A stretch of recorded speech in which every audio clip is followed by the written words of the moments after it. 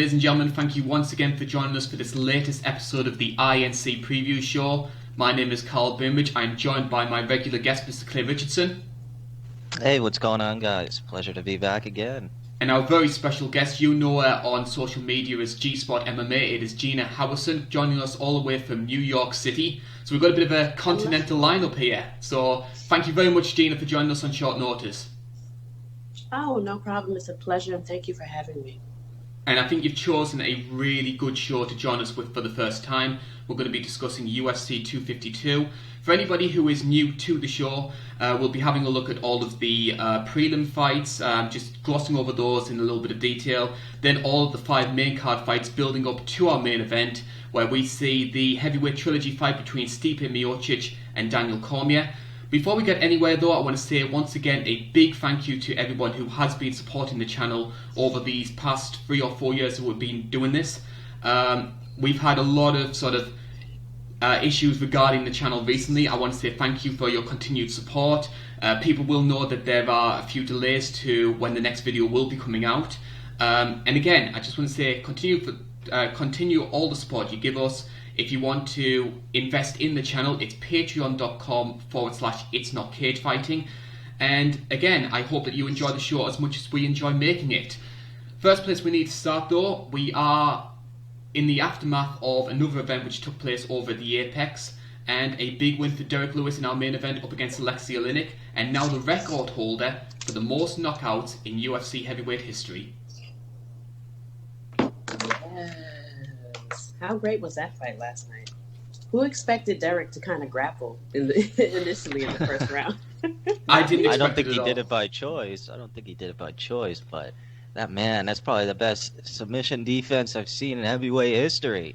Pretty much just because of his sheer size, though. I don't think it's any his strength, right? Yeah, really. I don't think it's really anything technical.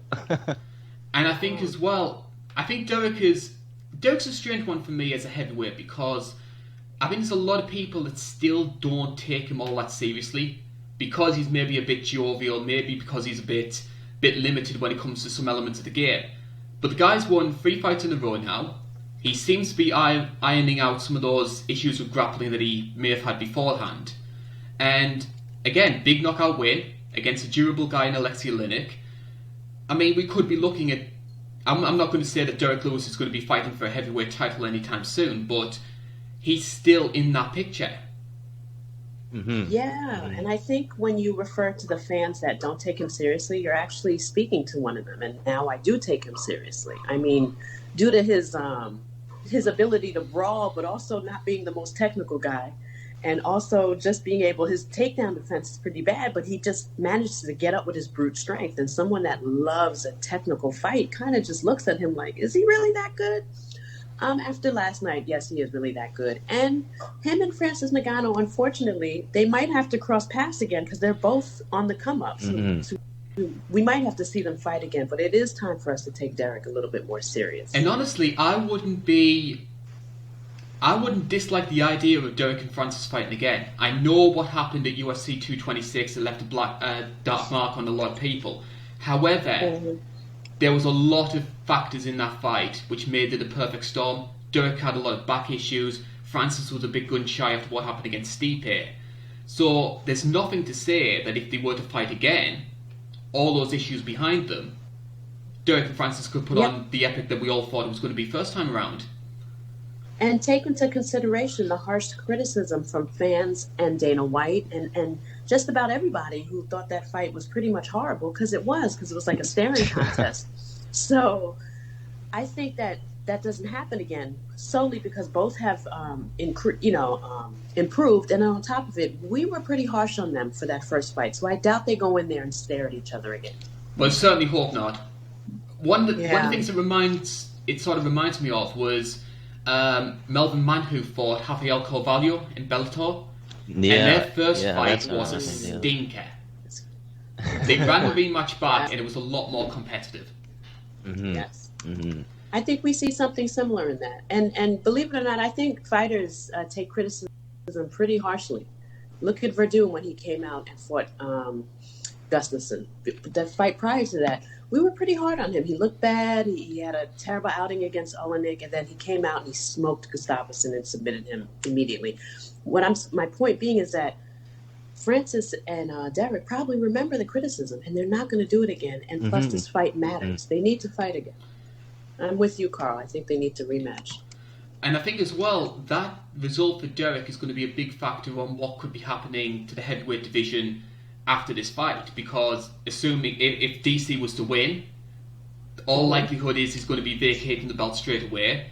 I mean, you could do Stipe versus Francis 2 for the vacant title. Or you could run Derrick versus Francis. I mean, there's a lot of reports that Stipe might retire as well, because he'll have nothing to prove if he beats DC again. Don't leave Overeem out either. He's on a great run of form.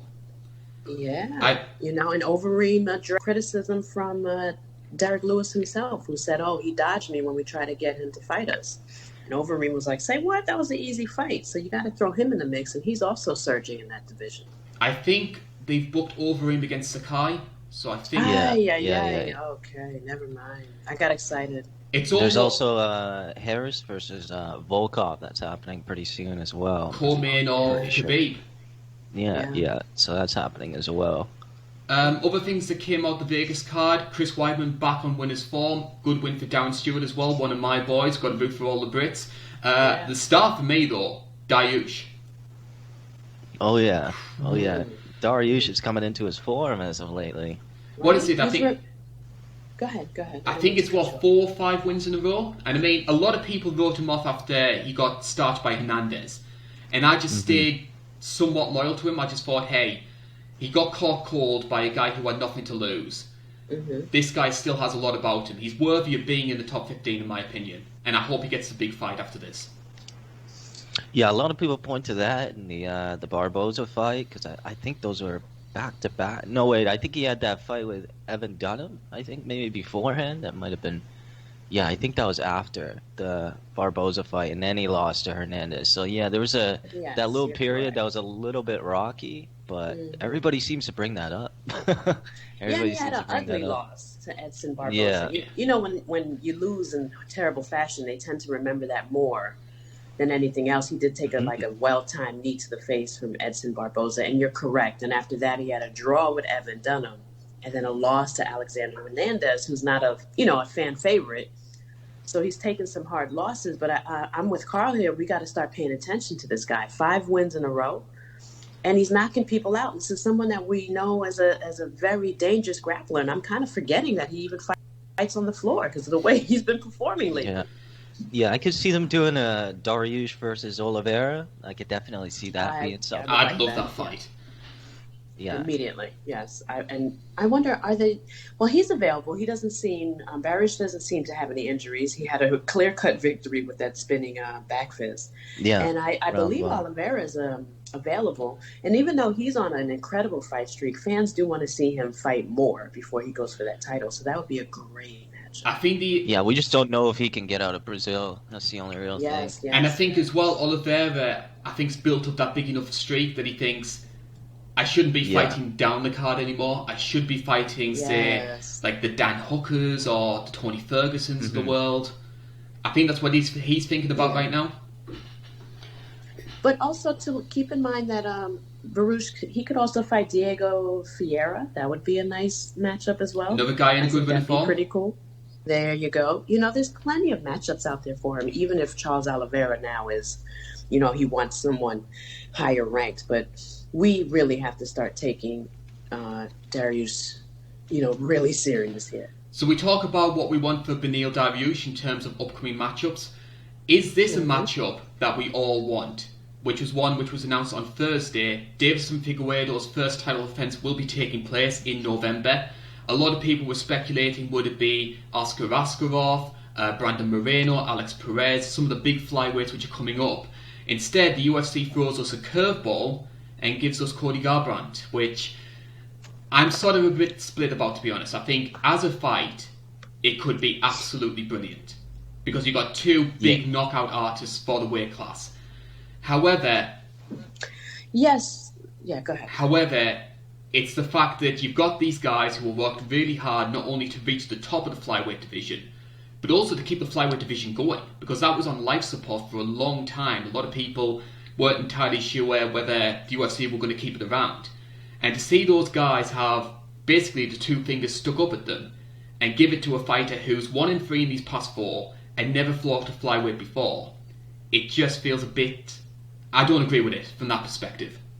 Yeah, I'm one of those people that were calling for Beneil Dariush versus Figueiredo, but I don't think the division's in that sort of state where you need to get somebody that hasn't even fought in the UFC yet to fight for a title. Like, it's not really a Joe Soto situation where they gotta call some guy up at the last minute.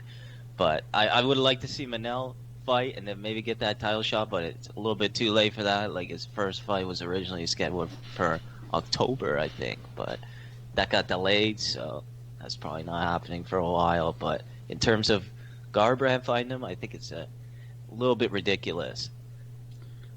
Yeah, I think it's ridiculous, and I think it's just because of the marketable aspect of Cody Garbrandt. This is going to bring eyes and money to this pay-per-view, and I think that's what Dana's focused on. But what Dana is not focused on is that most fighters that go down a weight class and also struggle with their chin, which is someone I think Cody Garbrandt, struggles with being hit.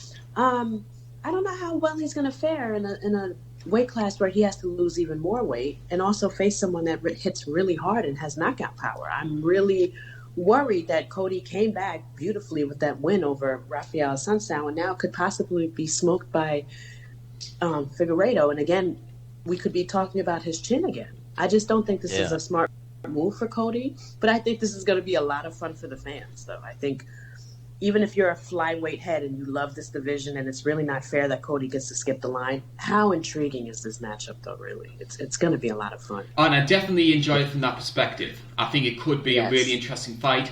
At the moment, I favour Figueiredo for the reasons you mentioned. How's Cody going to handle 125? What I think is a good thing, though, is did you ever think there would be a time, like sort of when we were reaching the end of Mighty Mouse's reign as champion, did you ever think there would be a time where the flyweights would be headlining a pay-per-view again? No. And the funny thing is that I love the flyweights, but it just doesn't seem to be the consensus for most fans. They just don't like to see smaller-sized men technically battle it out. But I mean, what is there to complain about now? Now you have a champion that is not only technical and flawless, but he's knocking people out in a way that fans like. So I get where Dana's going with this matchup because we're going to enjoy it.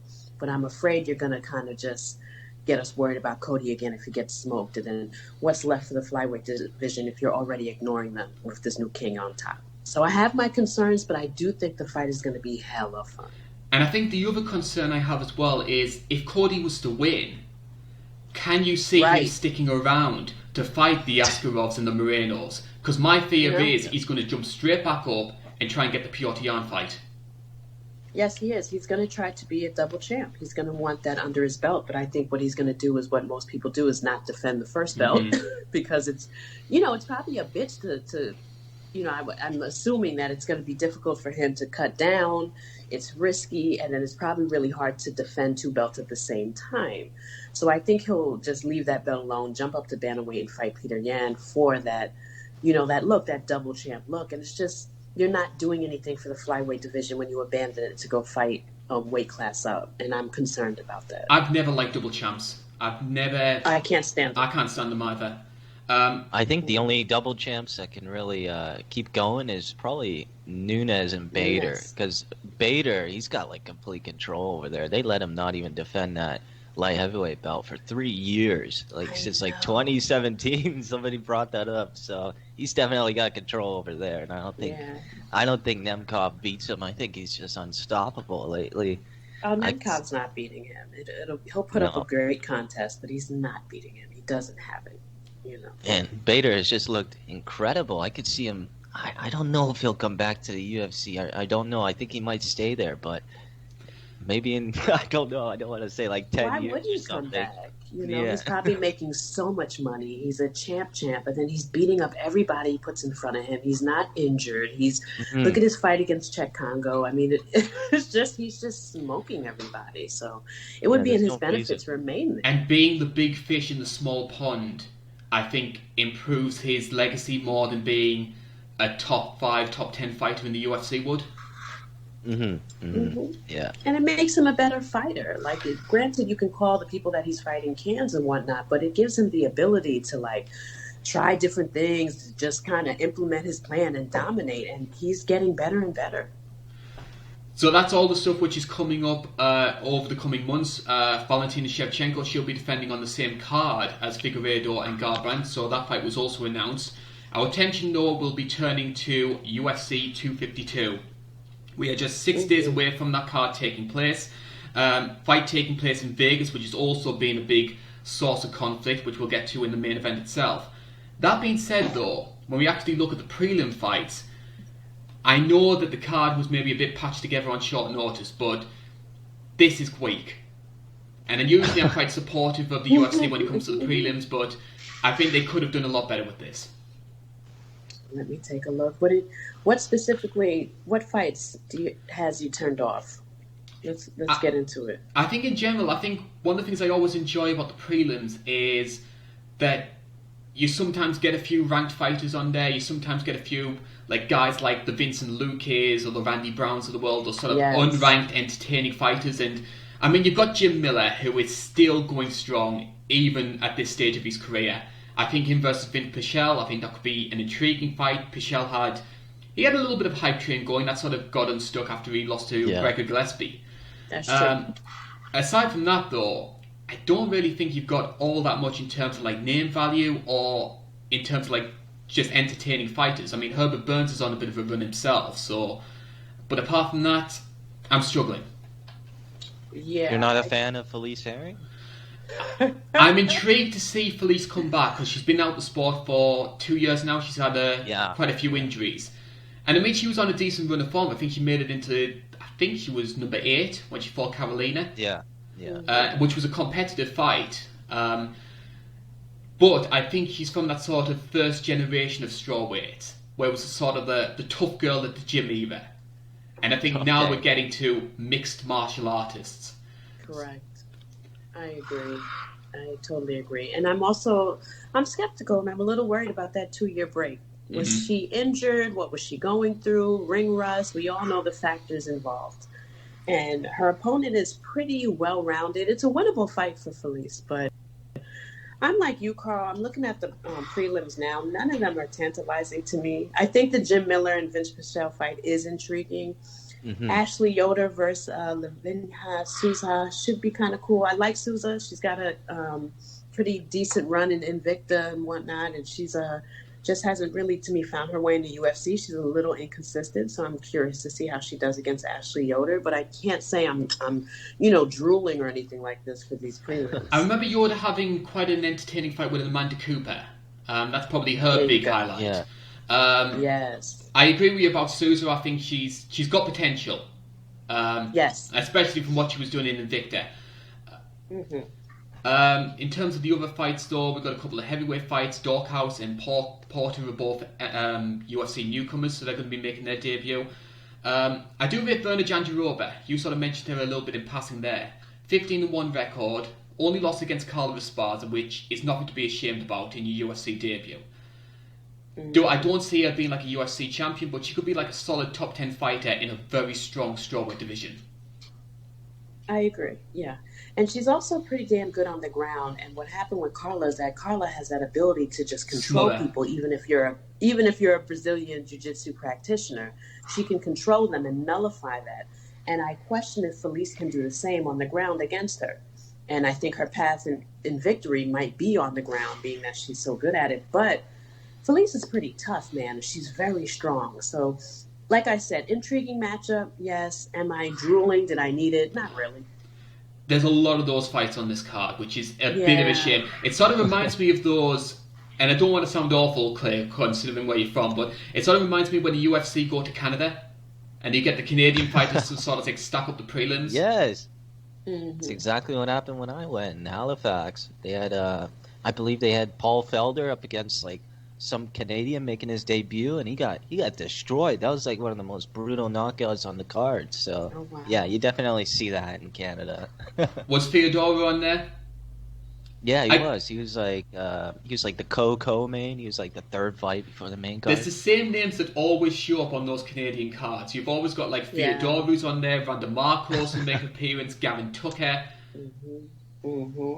I think Gavin Tucker, he fought yesterday. He did. Am I right? He sure did beautifully at that too.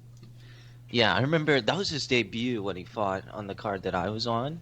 It was his debut. A lot of people were calling him like the next sort of Cody Garbrandt. And then I think he ran into, who was that guy? Oh man, what was that guy's name? It was like Ricky something Glenn. I believe he fought that guy, and that's when he took his first loss, and he's been sort of on hiatus a bit. Let me look that guy up.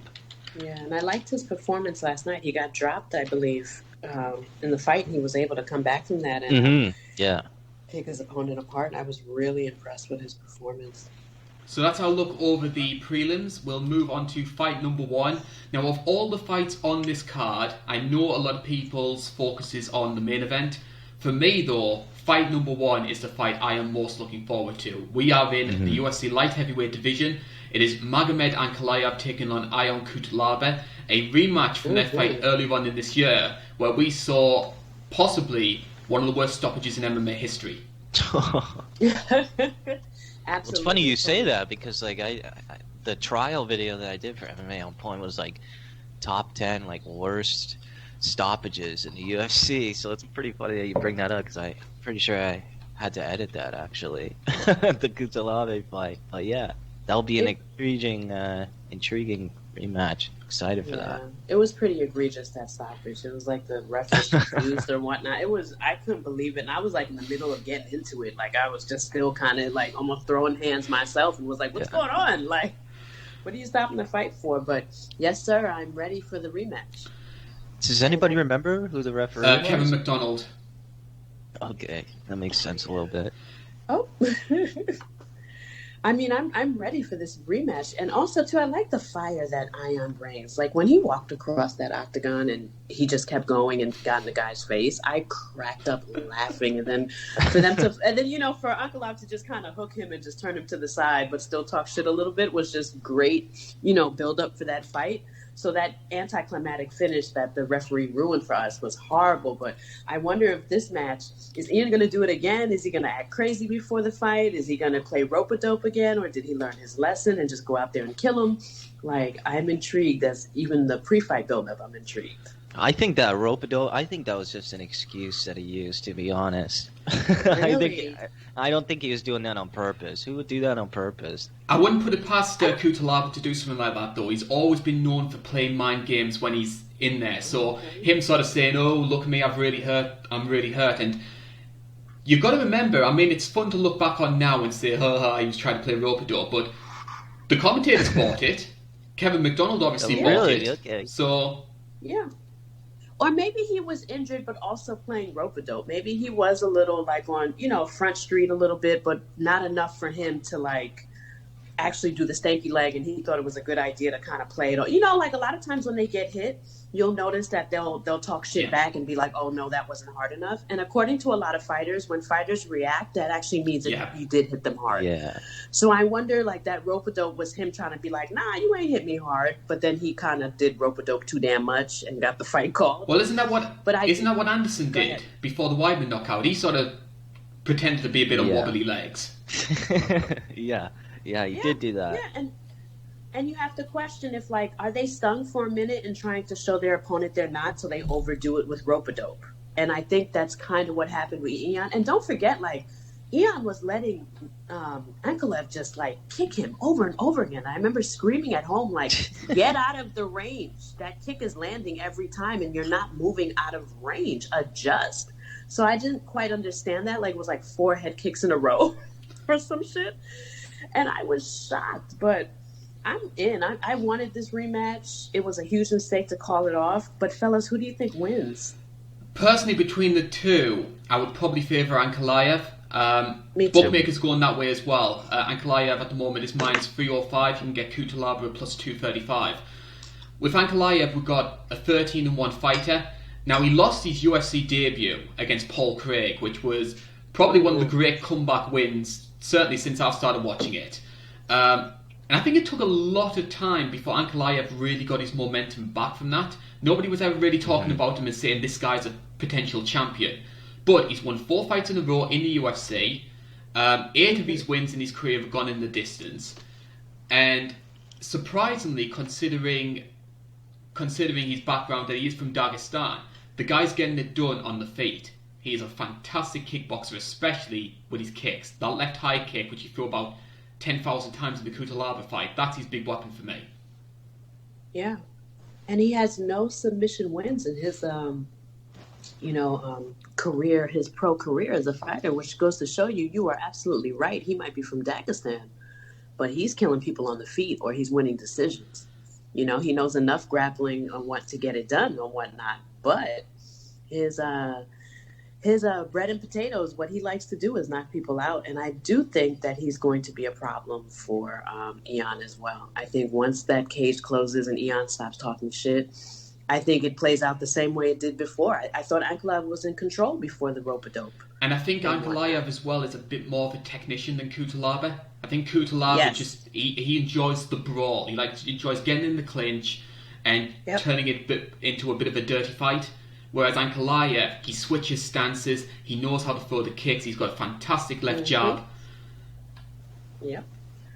Yeah, it could be actually a more technical fighter versus like the brawler, like you said. But I think the writing was on the wall in the first fight. He was in complete control before that mess, and I think we just see that play out again, and he wins quite fairly easy, to be honest with you. I'm going with Ankalaev with this one.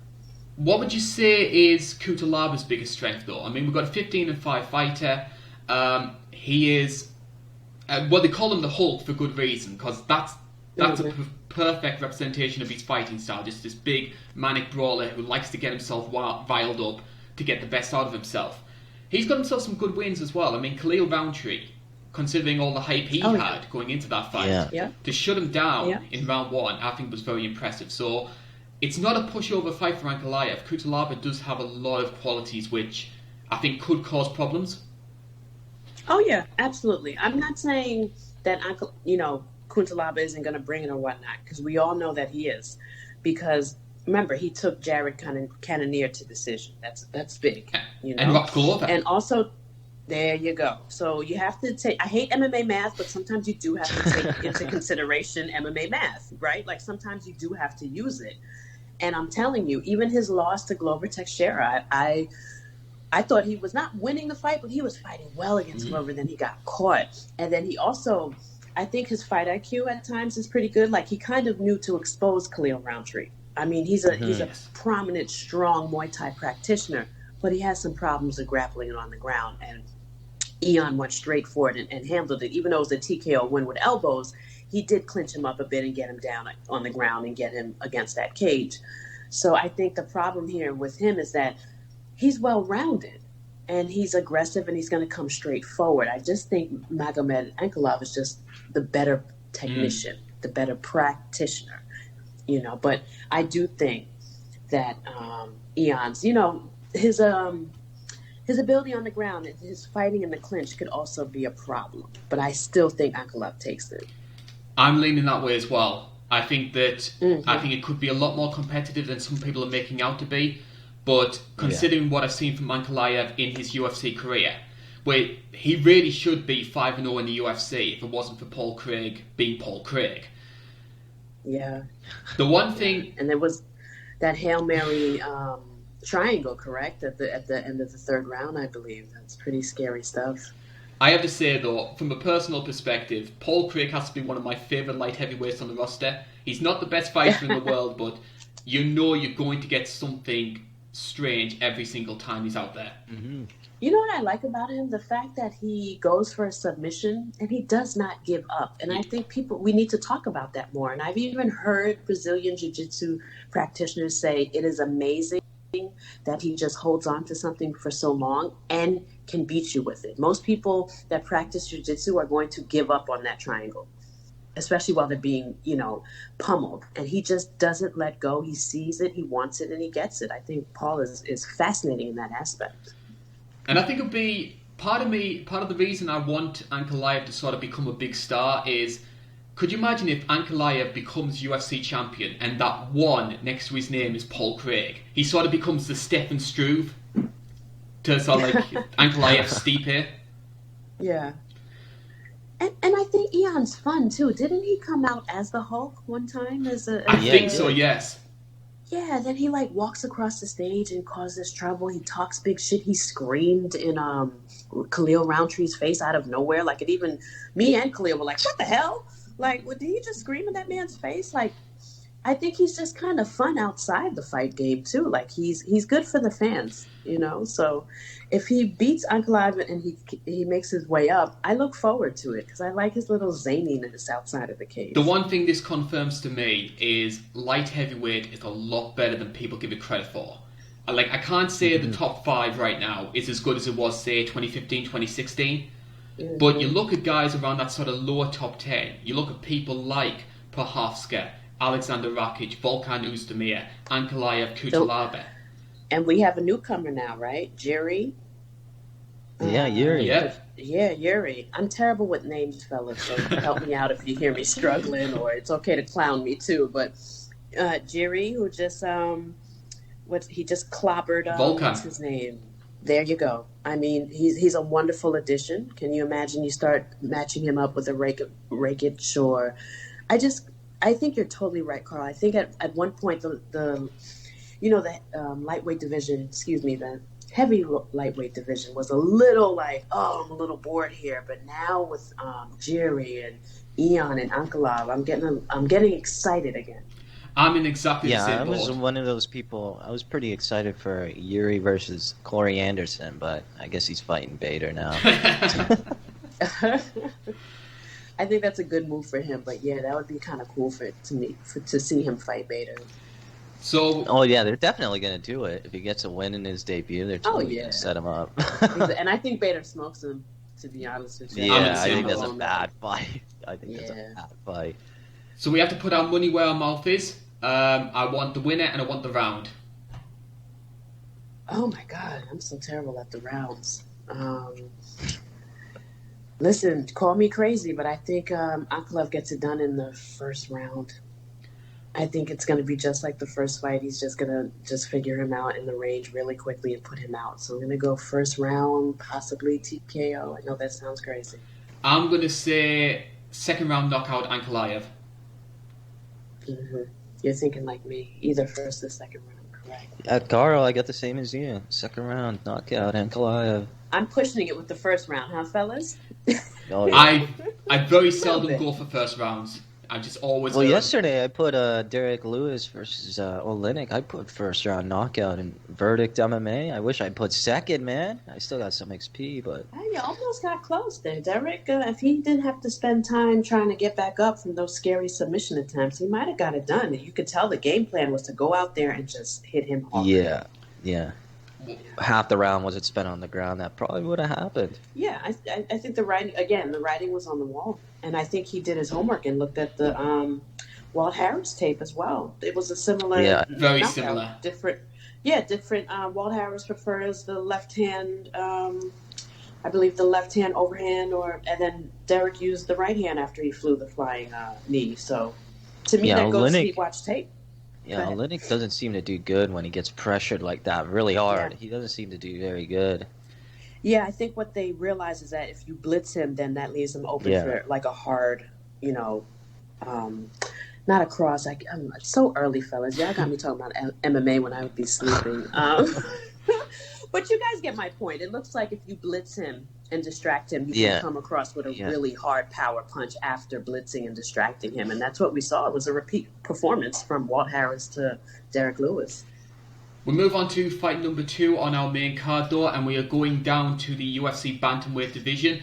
And it's one of those great sort of veteran versus prospect matchups which the UFC always like to do. We've got John Dodson taking on, I hope I get this right, Merab Dvalishvili, Georgia's own best representative in the UFC right now. Bookmakers for this one are actually favouring the prospect. You can get Dvalishvili at a -190 favourite, Dodson coming in at +155. And after a lot of dominant performances, a lot of them on these sort of fight nights, very active fighter as well, Dvalishvili finally gets that sort of big name fighter which a lot of people feel he deserves. Oh, yeah, I think he definitely deserves John Dodson next. I think this is wonderful development on the UFC's part. And I can see why he is the favorite here. His wrestling is you can't stop it. No one seems to have been able to figure that out. I mean, 4 wins in a row and all in the same way, decision, wrestling, and he stays busy on the feet when he's not trying to take you down. And this guy does not run out of gas. I'm going to pick Merab, but I'm telling you he's going to have a really hard test on his hands with John Dodson because of the speed and the veteran experience of John Dodson. Mm-hmm. This guy knows what to do against somebody like Merab. And let's not forget, he's fast as hell. You know, even with, you know, his very lucrative career, he hasn't really slowed down. But I'm still picking Merab, but John is going to bring it, and that speed is going to play a huge factor. What do you guys think? Covered a lot of the points I've had as well about Merab. I think the wrestling has obviously been his big forte, and I think last time out he broke the record for the most takedowns in a bantamweight fight. I like his use of corner cutting to pressure his opponents against the fence. And the wrestling as well, it's not just one round and then he gasses out. He can keep up this pace for a good 15 minutes. And he doesn't just take you down. It's not predictable. He's busy with his hands, too, as well. Like, can I say that he's a knockout artist? No, but I'm telling you, he's going to set those up with some punches. And he's a cardio monster. So he's coming at you with all that pressure, throwing punches at you. And the next thing you know, he's taking you down. And he can do it consistently because he has weaponized his cardio. I'm like I said before, I'm going with Merab. And when he does take you down as well, he's trying to make something happen. He's busy. I think there's a lot of people who they'll get somebody down and they're content to lay in the guard or lay in prayer, wall and store, whatever you want to call it. Mm-hmm. Merab isn't that kind of fighter.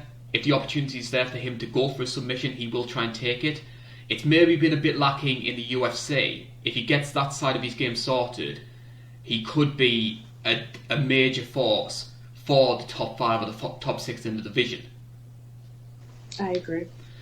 Yep, I'm on board. In terms of John Dodson, though, I think a lot of people are maybe writing him off a bit too much because we've got a guy here who, at flyweight, he was one of the most dangerous strikers in that division. And you could argue for a good time, he was behind Mighty Mouse in terms of the top guys in that division. Bit more inconsistent when it comes to bantamweight, but you've got wins over TJ Dillashaw up there, Pedro Munoz. And I think a big win over Nathaniel Wood last time out. Because a lot of people went into that fight thinking Nathaniel's the next big thing in this division. And Dodson said, hey, there's levels to this. You're not blowing through me that quickly. Got that 3rd round knockout. And a lot of people said, hey, this guy's still a threat. Yep. And he really is. If you look at his record, he's lost to Peter Yan, Jimmy Rivera, Marlos Moraes, John Lineker, Demetrius Johnson. These are names nobody should be ashamed of.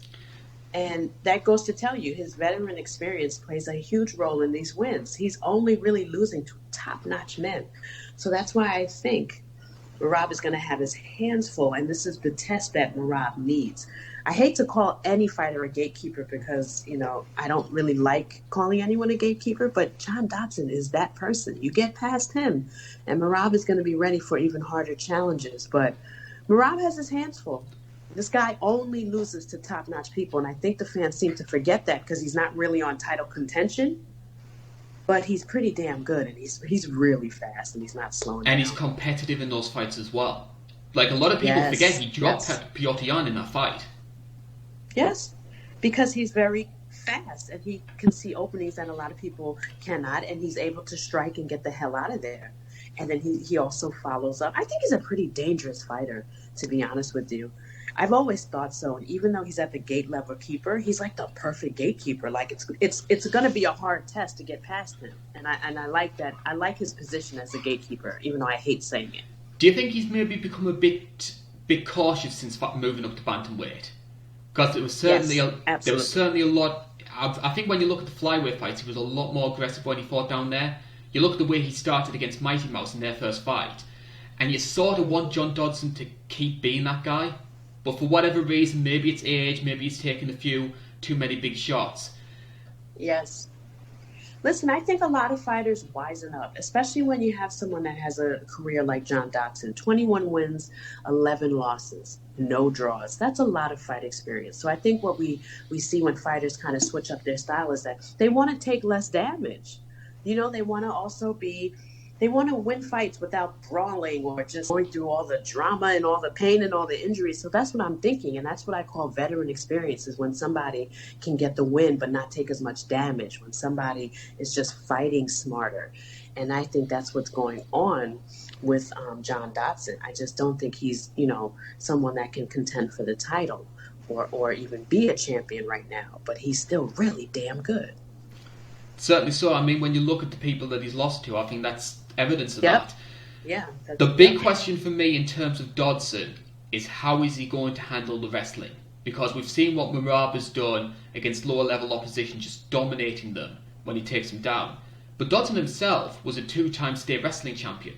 So he knows how to handle the grappling side of the game. Maybe doesn't use it as much in MMA, but...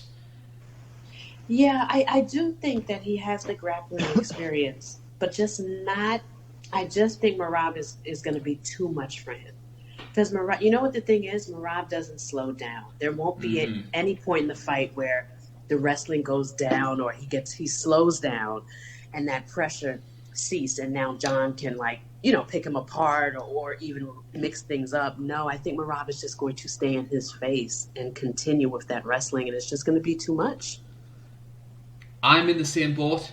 I think that I can see John Dodson causing problems early in the fight. Absolutely. And I think he might stuff a few takedowns early on, but if Merab keeps up the pace in the way that he's shown in these past couple of fights, I think Merab will take it. So, my personal opinion, I'm going to be saying Merab. I was 30-27. 30-27. Question though, before I make my final pick, how do you? Let's say John Dodson does win. How do you think he does it? What's his path to victory? Because there's always a path to victory. I think he's got to stay on the outside. He's got to use his speed, and I think he's got to try and chip away at Merab, not give him the opportunities to try and close the distance to get the takedowns up against the fence. Right. Easier said than done. I think John has the speed to do it, but Merab's just relentless. Too much. And how is Merab's chin? It's pretty decent, correct? I think it's fairly decent. I haven't seen him in any trouble in some of his earlier fights. The only times he's lost in the UFC was against Frankie Saenz, which was his UFC debut, and that was a split decision. And then there was the fight with Ricky Simón, where he was dominating that fight. Simón caught him in a submission late on. Yes. The fight actually ended, but they gave it to Simón after the fight because they determined that Merab was out. Oh yes, I remember now. You're bringing that back. True. Yeah, and also too, I was thinking, don't forget that little flash. I don't know if it was a knockout, but I'm doing this off the top of my head. He did catch TJ pretty hard. Don't forget he's got some dynamite in his hands too. If he can land flush, he's knocked some people down. That was why I wanted to know about Merab's chin, because I do think he's going to catch Merab's chin at some point. Do I think he's going to knock him out? I don't think so. So I'm going to go, I think, decision all around, all cards will go towards Merab. I think decision win here. He's going to out-wrestle him and stay in his face all night and do what Merab smashes. So that's what he's going to do. Smashing is pretty much a trend when it comes to Eastern European fighters these days, isn't it? Yes, it really is. What about... I'm here for it. I don't complain too much about it. I find the Dagestan fighters, the grapplers, I find it all very fascinating. But go ahead. And yourself, Claire? Yeah, you guys described it perfectly. I'm going to go with Merab on that one. 30-27. I feel so bad, Clay. I feel like you're just listening and just No, it's okay. You guys describe it way better than I could. We seem to agree on this. I'm not used to this, guys. I'm used to arguing on the podcast. This is very nice. I am enjoying this. We're a nice big happy family here. Right, beautiful. It's going to be interesting to see whether or not we do agree for fight number 3. I think this one could be a little bit more divisive in terms of who we think is going to win this one. We're going up to the heavyweight division. It's the number 5 seed Junior dos Santos who's taking on the number 6 Jairzinho Rozenstruik. Two guys both coming off losses, both recently victims of Francis Ngannou's reign of terror. Rozenstruik Yes. is the minus 160 favourite for this one. You can get JDS at plus 130. Oh man.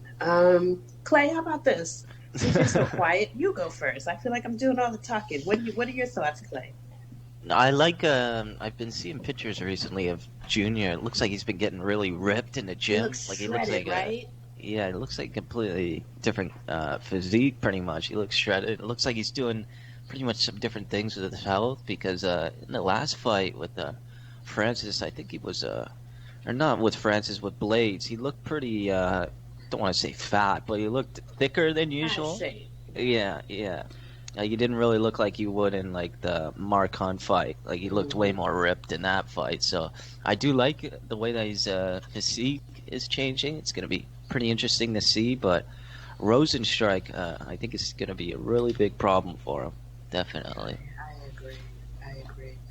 Fellas, I'm going to pick Rozenstruik here, and I'm going to pick him firmly and confidently. But the reason why I'm going to do that is because I find that JDS is making horrific mistakes in his fights. And I'm telling you, this uppercut he wants to land for some reason against Francis Ngannou and also Curtis Blades. There were so many mistakes he was making, and it kind of shocked me because he's such a good kickboxer that I was like, what is going on? And I almost feel like his fight IQ is declining. Some of the things that I saw him do against Francis is why he was laid out on the floor like that. It was just horrendous. And I don't think he can make that type of mistake against Rozenstruik. And I think Rozenstruik is coming off a very embarrassing loss. He was on his, the momentum, he had all the momentum going. And I think he knows that he's going to have to smoke this dude to get all that momentum back and make his way back up. And I think Junior Dos Santos, although he looks shredded, he looks wonderful, and I'm sure he's working pretty hard. He makes, for some reason, in this point in his career, he's making awful mistakes that result in KO losses, and I think we see it again. I think maybe a factor that plays a part is I think that JDS finds a lot of success early on in these fights, and maybe he starts getting a little bit complacent about how good he's doing, because I remember with the Francis fight, he landed a couple of good low kicks to Francis early on, and you could see that Francis just briefly just like sort of stumbled. He didn't like it. He didn't like it at all, and I think JDS maybe thought, hey, I've got him on the ropes here. And against Curtis Blades, he was probably the first guy for a long time who I've seen sort of deny Curtis Blades wrestling. And again, I think he maybe thought, hey, I've got this guy sort of on the ropes here. I can maybe be a bit more wild when it comes to striking. But I mean, leading with an uppercut. And that is what scares me. You articulated so much better than me. That is what I mean by that decline of fight IQ. I feel like the JDS that fought Kane and the JDS that tore people up, or even that uppercut to Verdun was timed, it was perfect and measured. But now it's different now when he's throwing those uppercuts or he's making these mistakes very early on. I almost see like age. You know what I mean? Like he's going down a bit here. And I don't think that's where Rozenstruik is at all.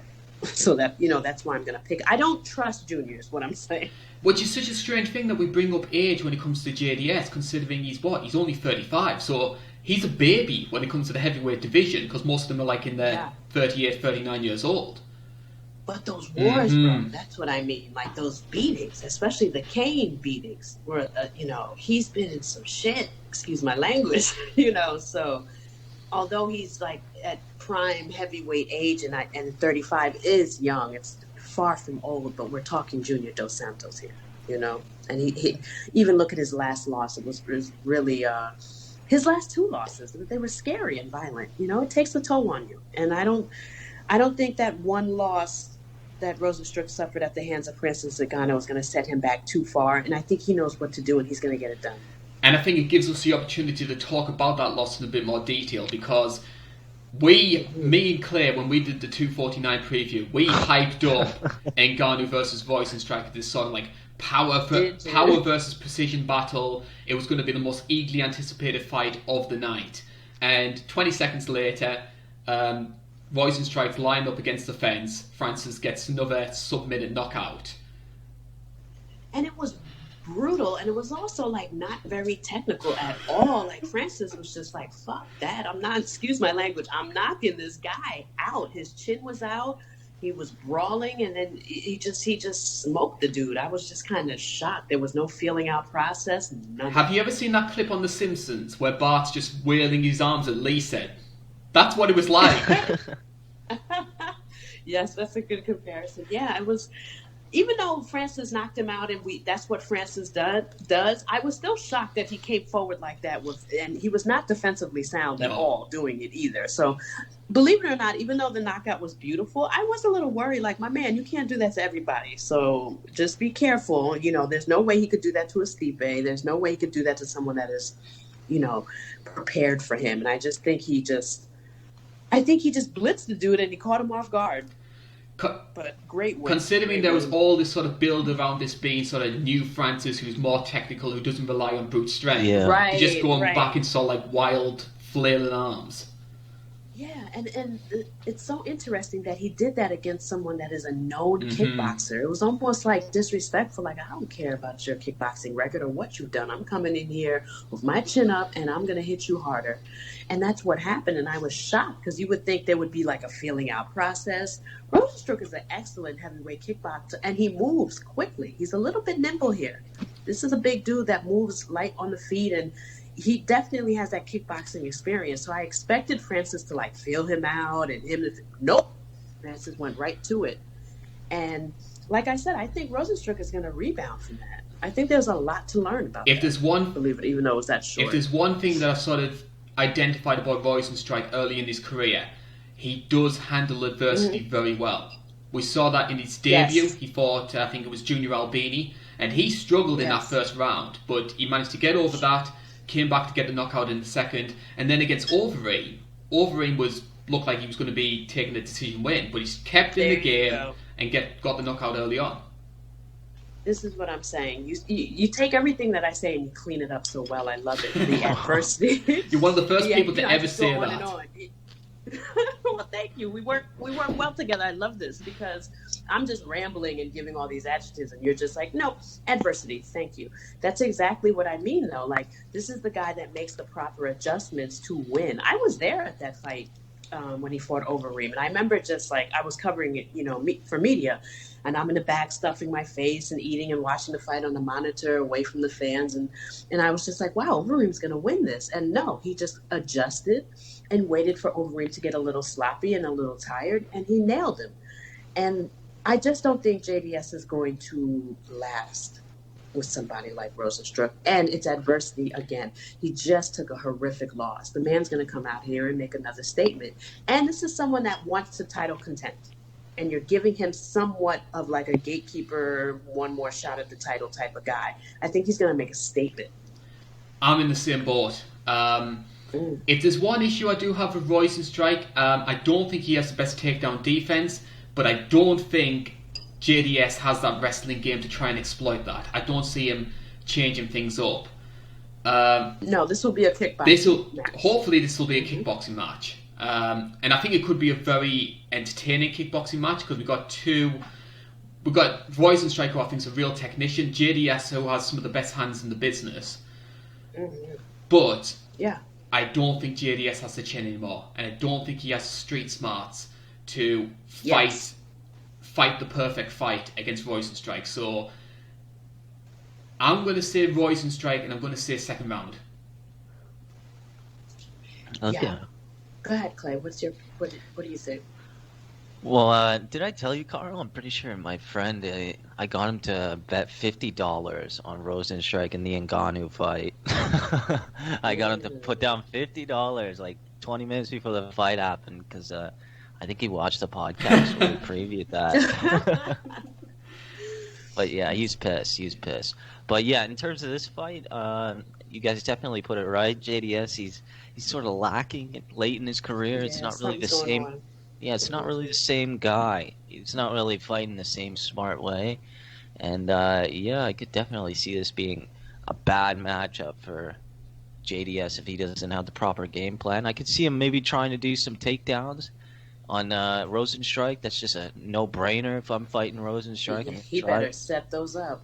That's what I'm saying, He better I understand. I can see that too. I hear you, Clay, because I have, sometimes we think it's going to be a kickboxing match, and then somebody who's like, well, this guy sucks at wrestling, they'll actually turn into a wrestler or whatnot. But it's like, just make sure you're on point, because with a striker like Rozenstruik, make sure you set those takedowns up. And I wonder if JDS in this age can even do that, being that grappling is not even his, Yeah, like when's the last time we saw him shoot for a takedown? I can't remember. Right. And it's like, I could see him being silly enough maybe to even concentrate on takedowns a little bit this camp, just to kind of throw Rozenstruik off. But is he at an age where he can do that? Is he that good that he can implement wrestling in his game? And I don't know, if I was his trainer, I'd just go for like the knockout or maybe a technical, kickboxing match rather than to have him start fooling with takedowns at this age. But we've seen this before, so we never know, fellas. The one that sticks in my mind was when Holly fought Megan Anderson. Nobody expected Holly to become a wrestler. And expect Holly to become a wrestler when she fights Irene Aldana as well. I have a feeling she's going to put her in the clinch and try to wrestle her, because one thing about Holly is that she is strong as an ox. So she definitely tries to use that to her advantage, whether her wrestling skills are up to par or not. She's definitely going to try to outmuscle you, and I could see her doing that with Irene as well, because you don't want no parts of Irene's hands. She's got beautiful boxing. Clay, which way are you going for the Rozenstruik JDS fight? I'm going with Rozenstruik. I think it's going to be, I'm not going to say first round, I'm going to say second round. TKO. Me too. And if it makes your friend feel better when it comes to bad betting predictions, I put money on Anthony Smith to beat John Jones. Okay. Like I was thought like 6-7 to 1. I just thought, you know what, I might as well. So when Jones is I think Woodley put 10,000 on Jessica I when she fought Valentina. So that makes sense as to why Woodley said he mismanaged his money. It's kind of crazy. Not mind my business. Interesting. Co-main event time. We are going down to the bantamweight division once again, and we have got the big flavour of the month, Sean O'Malley. He's back in action once again up against Marlon Chito Vera. I mean, forget about Amanda Hebas, forget about Khamzat Chimaev. This is the UFC's big darling right now. They're putting him in the co-main? The co-main event. Yeah, I thought that would be like Junior Dos Santos versus Rozenstruik. I thought that would be... I thought that would be much better, but... I think it's a real testament to how much faith the UFC do have in O'Malley. Yeah. And I think as well, UFC 250 was... I think that was intended to be sort of his big breakout moment, because he was taking on Eddie Wineland, who had a bit of a name behind him. But because nobody bought UFC 250, I think they're trying to redo it again. So he's co-main up against Chito Vera, so... Oh, man. This fight intrigues me, and I'm going to be honest with you guys. I'm having trouble picking this. I need to watch more fight footage, and thank God we have 6 days to go, because I have so much more footage to watch. I'm leaning towards Marlon, but that might change after I watch a couple more fights.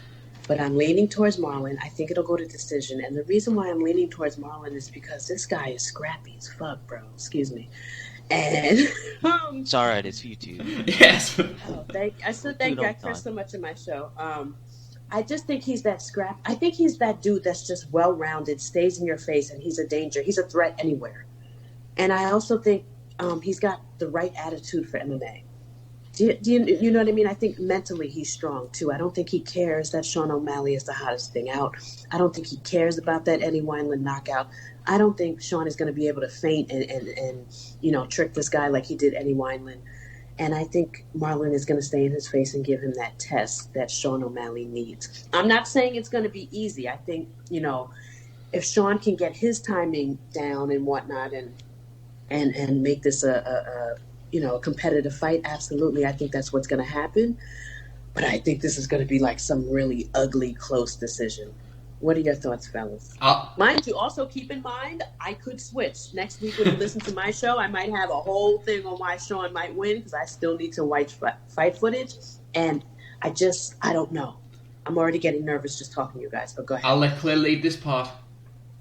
Yeah, Karl, these notes that you gave me, you got it as Sean O'Malley versus Max Holloway. I think you just copied over the last preview. That'll be coming. Don't worry. If Sean O'Malley becomes champion, they'll do a Max Holloway fight. Right. Dana will book it. No, but I think this will probably be. I'm not someone that's on the hype train, but I feel like Sean O'Malley could get this done. I feel like he could get the knockout in impressive fashion. Ooh. I just think he's got Swagger. that factor about him. He's got that it You're a factor. believer. Yeah. Yeah, I'm a believer. I think I've watched a couple of his Twitch streams before. I think he posted a video where he actually sparred with one of his Twitch subs. So he's pretty good on YouTube as well. Yeah. So I think I'm going with O'Malley. Yeah. I think with Sean O'Malley, I think obviously you look at his striking. I mean, I compare the guy in some ways to sort of like a featherweight Conor. Just the way that Conor would switch stances and utilise these combinations. Very fluid in how he does so. He's got a lot of power for the weight class as well.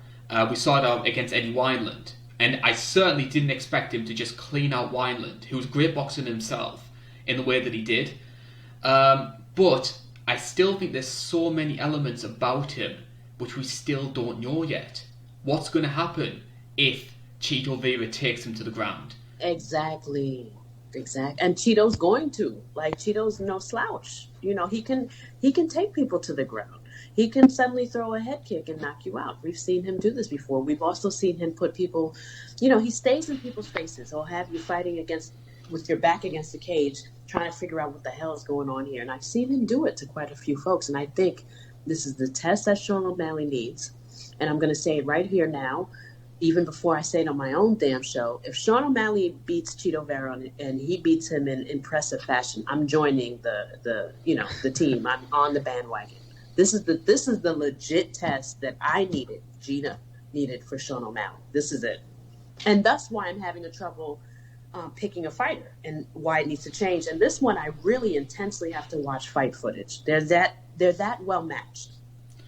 I think the big thing that I've been impressed with Chito Vera, because he did struggle early on in the UFC. I think Davey Grant beat him quite early on in his career. Mm-hmm. But this recent winning streak has coincided with him being a lot more aggressive.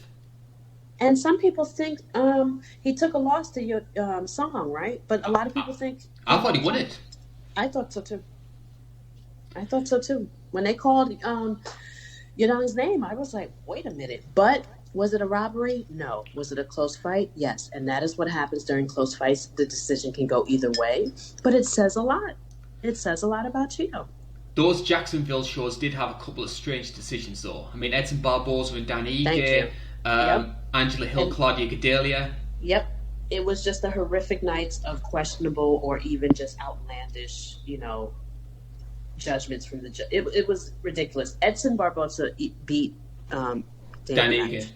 Danny Ige. He beat him. We all know that. And it's a damn shame because it was a beautiful debut. It was a hard-fought fight, and Edson should have went home with that W. But, it's another story. But I am picking, for now, Marlon Vera by it could be another, Sean could have won. I think it's going to be a controversial decision win in Chito's Vera. I'm going to sort of hedge my bets a little bit here, so I'm going to play a little bit safe, be a bit cautious. I think if Chito Vera wins this, it's a very close decision, possibly split. Exactly. If Sean O'Malley wins, he's going to get it done in the distance. Mm-hmm. Yeah, Yeah, I think this perfectly. I think I don't think Sean's knocking this guy out, and I don't think Chito's knocking him out either. I think this is just going to be a battle between two scrappy, skinny dudes. That's all. And I'm here for it. Well, you can describe that about every UFC weight class apart from heavyweight. True. And that, let me see if there's anything. I don't know, guys. I'm just so excited about this one. I literally can't, I'm having trouble picking a winner with this one. When I tell you I'm going to be watching, all of their fights on Fight Pass and YouTube for this. And like I said, guys, don't be mad if I go on my show and I'm like, it's Sean O'Malley's going to win. I think, to be honest, the one thing we're sort of maybe a bit mad about is the spoon is actually covering the camera right now. Is it? Oh my God. I'm sorry. No, it's okay. What about yourself, Claire? Yeah, I could see O'Malley getting it done in the distance. I think I'll probably place my verdict pick on him. I'll probably pick O'Malley second round. I'd probably lean towards O'Malley just to sort of play it a little bit safe, because I mean we got what, minus 325 favourite, and Chito Vera's plus 250. So I would lean towards more O'Malley between the two, but Chito Vera has the skills to pull the upset. He does. That's the thing. You got to worry about him.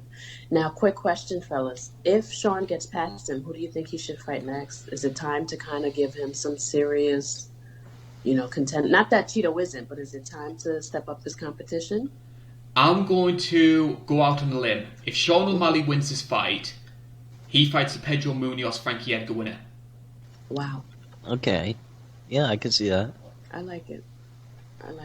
Because either we get Pedro Munoz, who is that, again, you don't really like using the term gatekeeper, but he's that sort of base that you need to see if you are worthy of being a title challenger. Or with Frankie Edgar, he's going to be taking on one of the legends of the sport. So either way, he's going to get himself a big matchup out of it. Yeah, why not? I don't see Edgar winning that fight though. I think Munoz is going to take it fairly comfortably. I love Frankie Edgar, but he's 37 now. I don't think he's got it in him anymore. I'm surprised that fight is even happening. Didn't Munoz have COVID at one point? I think he did. They've had to reschedule it a couple of times. It's sort of like a yeah. It's been in limbo forever. Yeah. I didn't even know if it was happening. It's sort of like a NAF version of Tony versus Khabib. No, that's Yair versus Zabit. That fight will never happen, to be honest. Yeah, that's our Tony Ferguson versus Khabib right there. That's just something the purists and the hardcores were just maybe never going to get. It's just the MMA gods don't want these people to fight. Only in the video games. Oh. Oh, and by the way, I do agree with you, Karl. I think that Munoz is going to get it done against Frankie. And not only do I think Frankie is declining, I think it's easy to figure him out. I think he's a fighter that, he's kind of like Pettis. There's a recipe and a blueprint out there to beat him. So with the decline and also the blueprint to beat him, you can get it done. And I think Pedro's going to do that. And Pedro's no slouch on the ground. If Frankie wants to go for a single leg and take him on the ground, he's going to have problems. And I think as well, part of the reason Frankie Edgar was so hard to beat early in his career was because, yes, he would get rocked, but he was very good at recovering from takedowns, and I think he's lost that speed to be able to do that. Right, and he's not as elusive. Look how people are figuring him out. Look at Ortega and that uppercut. He just knew he could land that. It was just, he's become predictable. Look at Korean Zombie, first round. He just went right to it. Just pop, pop, pop, beat him up. He's becoming predictable. The same way we watch fight footage, they do too, and they break it down and they figure out all the patterns. You guys know this, and I think Frankie is perfect. He's kind of like Pettis. If you follow the same damn blueprint, you can beat him. And if Pedro has the wherewithal to do that, which I think he does, and he also has bombs in his hand, I think Frankie's in trouble here. Mm-hmm. Yeah, definitely. I'm a little worried. I like Frankie. He seems like a good dude, and I've been watching, from day one, watching him from his debut till now. I've been watching him, so I definitely think his retirement is coming. Yes. I can definitely see that. And I want him in the UFC Hall of Fame. He'll be there. He'll be there. Yeah. Yeah, I think so. Thank God. And we've got two potentially future Hall of Famers coming up in our main event. It is now time for us to talk about our main event. Headlining the card, UFC 252, it is Stipe Miocic, who is making, do we call this the first or the fourth defence of his UFC heavyweight title? And he's taking on a guy he knows very well indeed. It is Daniel DC Cormier. DC already announcing this is going to be the final fight of his career, and the bookmakers cannot call this one. Daniel Cormier, a slight favourite at minus 120. You get Stipe Miocic at minus 110. And I think it's the fight really that a lot of people needed to happen. Yeah, if you look on Twitter, you'd think Stipe's a plus 3,000. Like, everybody's giving Cormier so much hype behind him in this fight. It's ridiculous. At the moment, we've got the poll on the YouTube channel right now. They've got Stipe at 58%, Daniel Cormier at 42%. And I know when we did this for the first fight last year, it was pretty much reversed. I think you had Cormier around about 54% and Stipe at 46%. So maybe a little bit of recency bias. Maybe people seeing what happened in that second fight and thinking, hey, Stipe has managed to find them out. I think what makes this fight interesting to me is Firstly, the first two fights were so competitive. I mean, I know the first fight ended in the first round, but you had Stipe controlling things early on, and then DC starting to find his range and work in the clinch. And then second time around, DC was dominating those first two rounds, and then Stipe just slowly starting to find him out, working in the body shots, and eventually those taking their toll. Maybe not the most technical fight, but I thought that second fight was brilliant. Yeah, I'm gonna maybe shock you guys on this one. I'm one of those people that Clay has the nerve to be talking about, that they're picking Daniel Cormier and blah, blah. You know what I mean? Clay, that's me. You're talking about me. I'm picking Daniel Cormier. I picked him both times. When I tell you that I think Daniel Cormier is a better fighter than Stipe, please believe me. And here's why. In the first fight, he totally dominated him. He was outstriking him, and you saw what happened. In the second fight, the same thing was happening. The only reason why Daniel Cormier lost is because he did not protect his midsection, which is pretty smart of Stipe to expose, because a lot of fighters know that he has issues with that. You know, and he has issues also with defending his left side. That's why John Jones was able to throw that left high kick. So I've identified two issues with DC, which is like his midsection, those body shots, and also the left high kick. And as far as I'm concerned, in the second fight, Cormier was winning. And I feel like he lost to himself. He was being arrogant. You guys remember how he felt too comfortable. He fell in love with his hands, and rightfully so. But Stipe's too dangerous. He should have mixed things up. He shouldn't have been arrogant. And I really think he could have won that second fight until he just started to just not pay attention to his corner, and Stipe exposed like his, Achilles heel, which is his midsection. I highly doubt that happens in the third fight. I also think Daniel Cormier has a chip on his shoulder about that fight. I think he's upset. I think he feels the same way I do. I hate to speak for a fighter like this, but I think he knows that he made horrible, arrogant mistakes. He was ignoring his corner. I've listened. He doesn't do that next I've time, listened to him a couple of times. He gets it done. Sorry to. I think. No, cut me off. Go ahead. I've listened to him a couple of times when he does the Ariel Helwani show, and he's open about that as well. He's open that he got a bit complacent in that second fight, and I think from what I've heard from that show as well, I think we're going to see a much more wrestling heavy DC, especially since we've got the 25-foot cage, and Stipe is not going to be able to use his movement and his striking as effectively as he would have done in the 30-footer. And Daniel has the striking advantage.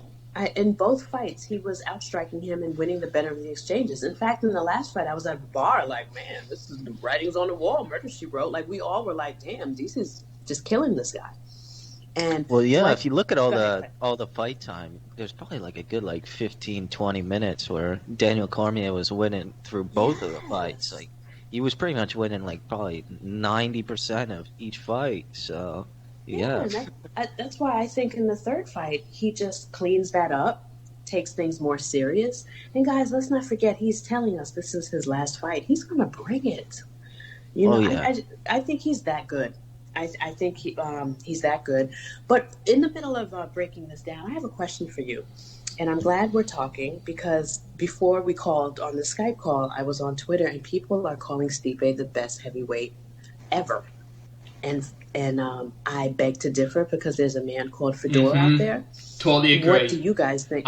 Thank you. What do you guys think? I think it's casuals or newer fans that are just neglecting Pride and the older guys back then. But what are your thoughts on this? Well, I think the fact Fedor never fought in the UFC is always going to be something that people hold against him. And I think people look at his Strikeforce run and they sort of hold that against him as well. But I mean, you look at the guys that he's beaten in his prime, when the heavyweight division, when all the best heavyweights were fighting in Pride. You look at people like Big Nog, Crow Cop, Mark Coleman, Kevin Randleman, Mark Hunt as well. Yes. I've always said that Fedor's the best heavyweight, in my opinion. Me too. His resume speaks for itself.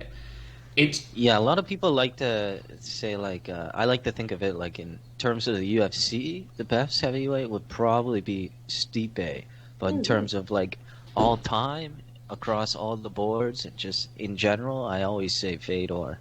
Yes, and I think that's what the fans maybe need to differentiate online, because I woke up this morning that's Fedor, but maybe they mean UFC, because if it's the UFC, you damn right, because I mean, his title defenses and whatnot, and just his even his title contention when he was just beating everybody, and then he defends that belt. So yeah, I would think that he's the best UFC heavyweight that doesn't get enough, attention for that. But I think it's Fedor. But anyway, back to the fight. How do you guys see this going? Well, I picked Stipe the first 2 times these guys fought. So I'd maybe... Oh, wow. I would probably be leaning towards him doing so again. Because, yes, you could say that this is DC's final fight. He's going to be fired up for it. But then you can also make the argument he's mentally got one foot out the door. Yeah, and also pressure from that being his final. When you announce that it's your final fight, you're expected to perform. This is your final fight. There's also pressure in that. And I think as well, Stipe, we talked about JDS earlier on in the show, and the improvements he's made in terms of his physique. Stipe looks absolutely shredded. Honestly, he looks like Dolph Lundgren in the footage that I've seen of him. Yeah. And then it's like, where are you guys working out? I don't know about y'all, but COVID and pandemic has got me in the house. So for these fighters to be shredded at times when they could be sheltered in place or just having to kind of, find places to work out or build gyms in their homes, it says a lot when somebody shows up shredded. Well, yeah, I think it has to do with a lot of them having a lot of money. Like, I believe O'Malley, he built an octagon, like, in his garage or something. Like, he built, like, an actual, like, sort of apex size. I think it's 25 foot. Mm-hmm. Like, I don't think he would need, like, a full size right now, obviously. I don't think you need that for sparring anyways. I don't think you need a full cage. Right. But, yeah, it makes sense. A lot of these guys can probably afford it and make their own gyms, really. Yeah, I see Molly McCann did something to her garage and whatnot, or her backyard. It looked pretty dope. I mean, not on the level of what you're saying as Sean O'Malley, but people are really out here like, I need to keep fighting, but COVID-19 wants me to shelter in place. So when I see people like Stipe and JDS in great shape, it just goes to show you their mental fortitude to keep doing something when COVID is such a hindrance right now. Well, even DC himself, I mean, if you look at some of the like DC and Alwani shows around sort of March, April time, he was a hefty bloke, to put it nicely. And then you look at him now. I think I read somewhere that he's actually at a lighter weight than he was for the first 2 fights. So these guys are both coming in fantastic shape, and I think he doesn't want that gut being a target. No. If he can lose weight and turn that stomach into more muscle mass than gut, he'll be better off. And I'm telling you, he's preparing for all the mistakes that he's made in the past, and past being that last fight, because he just simply got cocky. I truly believe he's the better fighter than Stipe. But go ahead. If there's an aspect of Stipe which I think a lot of people may be overlooking somewhat, I was reading the stat, he's taken down every one of his opponents in the UFC, which I was really surprised by. So if it does turn into a grappling match, it might not be as one-sided to DC as people think it is. Yeah, isn't Stipe like a wrestler in his own right? Like, I know of him as a boxer, but he's got the wrestling chops and background to do it correctly, and also to like defensively wrestle if Daniel wants to put that pressure on him. I believe he was a state wrestling champion, and of course we saw against Francis, he dominated that fight on the ground. Yeah. Thank you. So, DC's... I'm not saying this is going to be an easy fight because I'm picking DC so strongly. But I am thinking that in every facet of the game, DC can get him if he stays focused and doesn't get arrogant. And I like what you're saying, Karl, is that I did not know this. This is a fun fact for me that you put me on to. I didn't know he was shedding that weight. It leads me to believe he doesn't want those body shots. He wants muscle under there. Yeah.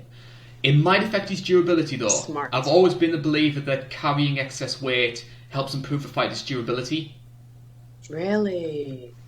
Wow. So I would be interested to see if DC still has that ability to take a punch in the way that he did in those first 2 fights, because that second fight especially turned into a brawl, and they were taking some big shots on both sides. Well, that's why the corner, Daniel's corner, was screaming at him. And then even in between rounds, they were giving him, advice, and he was doing the polar opposite. It's almost as if arrogance and his ego completely took over, and he lost the fight. And I highly doubt that happens again. But guys, question: I'm not well versed in certain things like PEDs and like fighter cage.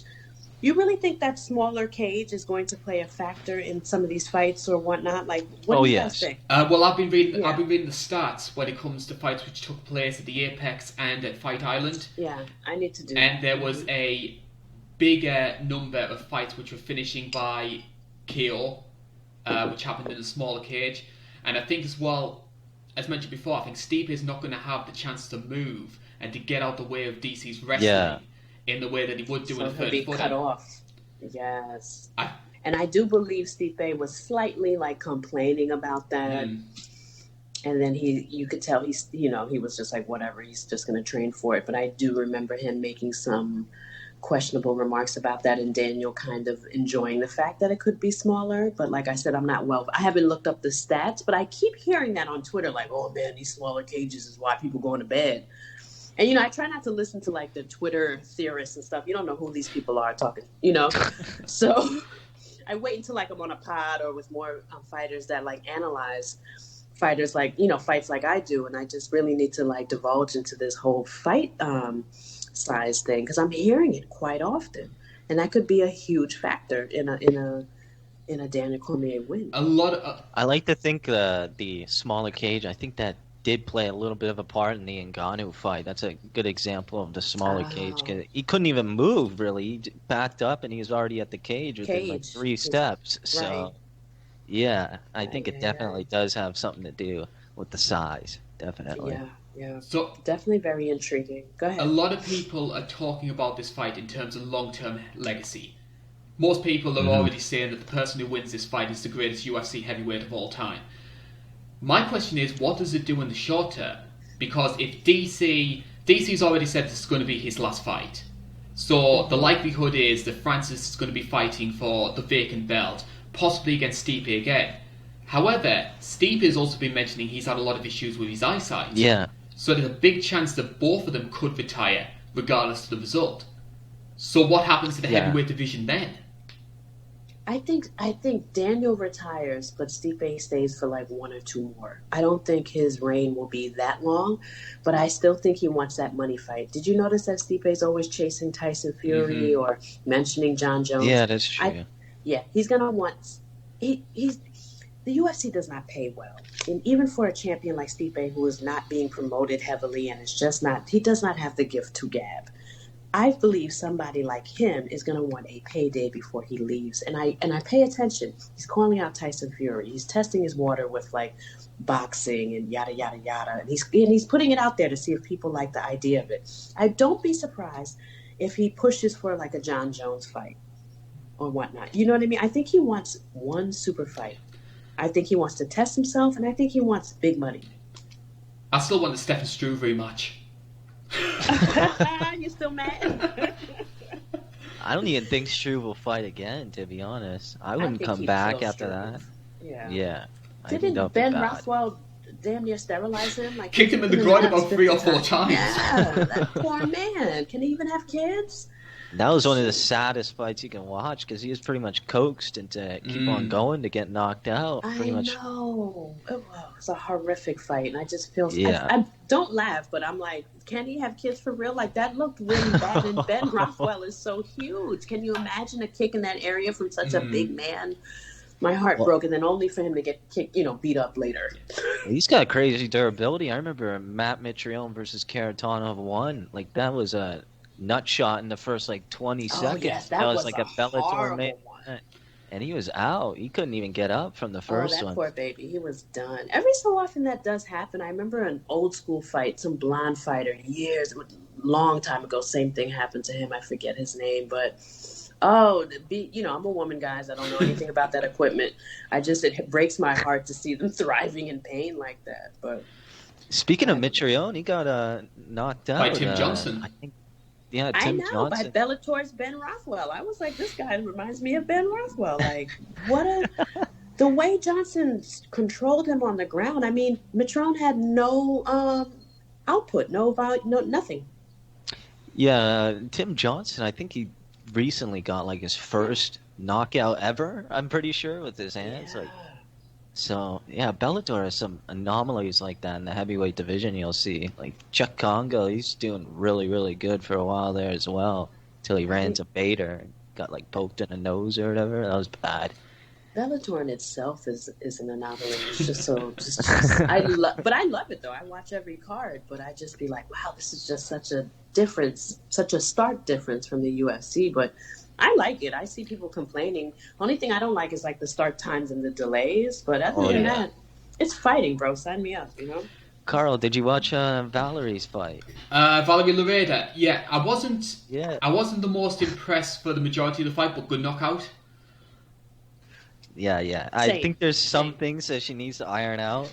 It reminds me sort of a little bit like Mackenzie Dern when she first fought. That's the best way I could sort of describe her. Someone is going to expose Valerie. Yeah, so Bellator better keep her, developing her if they want her to be the I think star. they should give her like a sort of like a Heather Hardy. I'm thinking maybe that makes sense. Sort of the level a little bit. Yeah, I could see that. Because Heather can box, and she's not gonna. They're not gonna go to the ground. But Heather is a pretty decent boxer. Yeah, and I think Valerie's movement could be an issue. And there's a marketability about that fight as well, which I think Bellator will lean into. They better keep giving her cans because I saw some, like some issues with her striking and like her defense and especially her footwork. At some point, she's lucky that her opponent, no disrespect to her opponent, I don't remember her name, she had trouble cutting her off. When she faces someone that can cut her off strategically, that's not going to happen. So because the way her footwork looked, she was like bouncing around the cage. It looked like almost sort of a little bit. It looked like she was sort of, don't want to say sort of like CM Punk when he first ran at Mickey Gall, but it did sort of look like that. It sort of looked like she was just bouncing around trying to get out of range. I mean, no disrespect when I say this, but you all know that I speak. If y'all have listened to my show, I speak quite frankly. What I saw was like somewhat of a amateur fighter that was fighting in the professional leagues. That's just my honest take on it. And she needs more development, and she needs to fight more cans so that she can develop the star power and to get better at fighting. No disrespect to Valerie whatsoever. Sort of the MVP approach. I got you. Yep, they need it. She needs it. But I will give her that right hand was mean. Oh, and it was accurate. You got to give it to her for that accuracy with that right hand. It was gorgeous. Just getting this back on subject, because I think we were talking about Stipe versus Daniel Cormier. Yeah, we went over to Bellator. We somehow went to Bellator and like halfway around the world. Obviously, Gina, I get the impression that you're going to be favouring DC for this one. Do you have a round? Oh my God, you guys are killing me. Rounds. Oh my God. Fellas, do you mind if I tap out on this one? I have no idea what round. I just think Daniel's going to win. And what about... This is too hard. What about yourself, Claire? Yeah, that's normally how I go. I normally never say the round. Like I said Cerrone by decision in the Conor McGregor fight, so you should never take my picks too seriously. I'm glad your camera's not working because my face just dropped. But Didn't you pick Felicia Spencer to win as well? Yeah, I picked Felicia as well. We were hyping that. We were hyping that hard. We actually got into a lot of trouble for that. Because apparently we were giving Felicia too much praise. Well, yeah, I remember the whole weekend. You were trashing Nunes so hard, man. I felt so bad for her. I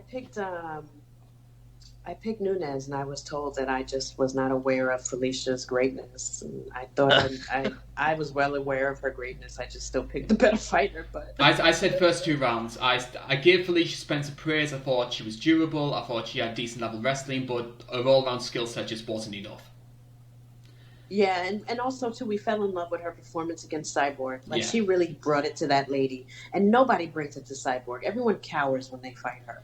So I think that performance kind of made us think like, I hate talking like this, but better than what we thought because that performance was so valiant, But she's another one. Like, she got that opportunity because that division is so shallow, and we forget that, too. Like, it's not even in the new.